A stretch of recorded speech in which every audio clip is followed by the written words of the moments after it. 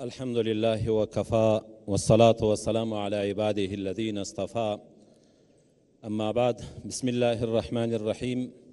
تر هر څه مخکې د والیبال د غوره لیګ د افغانستان د والیبال د غوره لیګ ټولو مینوالو ته راغلو میلمنو ته د افغانستان د اسلامي امارت د اولمپیک د کمیټې او د تربیت بدني د ریاست محترم رئیس صاحب انجینر مطمئن صاحب، همدغسې نورو د اولمپیک د ادارې او د تربیت بدني نور مسؤلین او د افغانستان د اسلامي امارت د نورو بېلابېلو ادارو مسؤلینو ته السلام علیکم ورحمت الله وبرکاتو.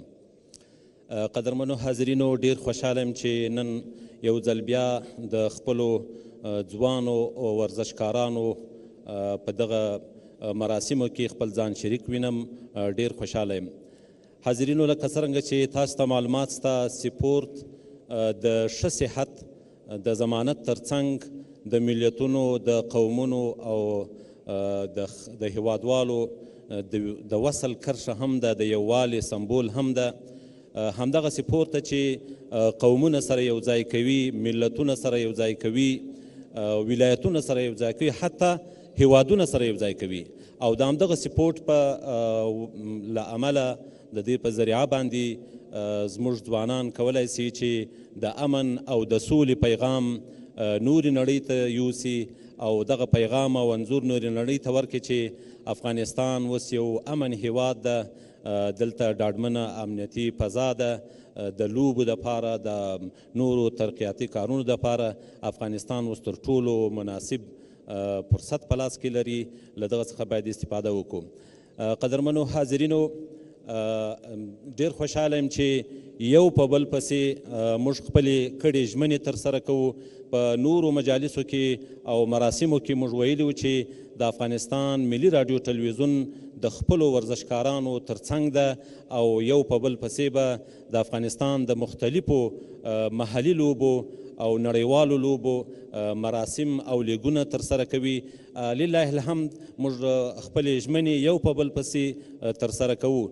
تر دې وړاندې د بزکشۍ لیګ په موفقانه توګه باندې ملي راډیو تلویزیون په هڅه باندې نشر سو او له هغه وروسته د کرکټ لوبې، د فوټبال لوبې او دغسې د تکواندو، د شکواس او نورو لوبې د ملي راډیو تلویزیون له لورې څخه ترسره سوې. دا دی نن الحمدلله د خپلو همکارانو په زیاته هڅه باندې او د افغانستان د اولمپیک د ادارې او د تربیت بدني د ریاست د رئیس صاحب او د دوی د ټولو همکارانو په هڅه باندې وتوانېدلو چې د افغانستان د والیبال د غوره لیګ دغه د افتتاحي مراسم ترسره کوو.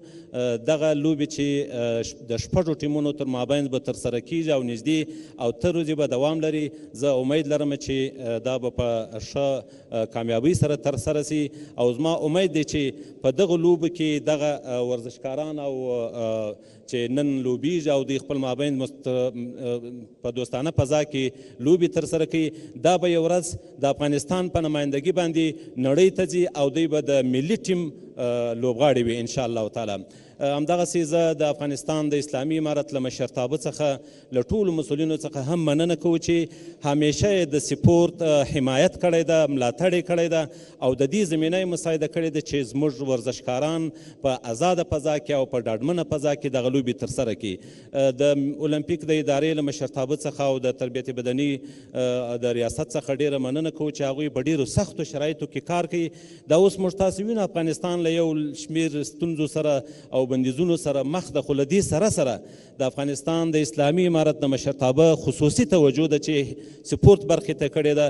زموږ د سپورت ټیمونه، د ورزشکاران د نړۍ په مختلفو هیوادونو کې همدا اوس هم هلته لوبیږي، مسابقې ترسره کوي.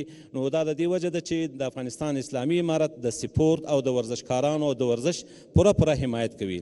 همدغسې د الکوزي شرکت د افغانستان د ملي شرکت څخه هم ډیره مننه کوو چې په مختلفو وختونو کې له موږ ته لاس راکړی ده او خصوصا د افغانستان د والیبال د غوره لیګ په دغو لوبو کې موږ ته پوره لاس راکړی ده. له دوی څخه یو جهان مننه کوو.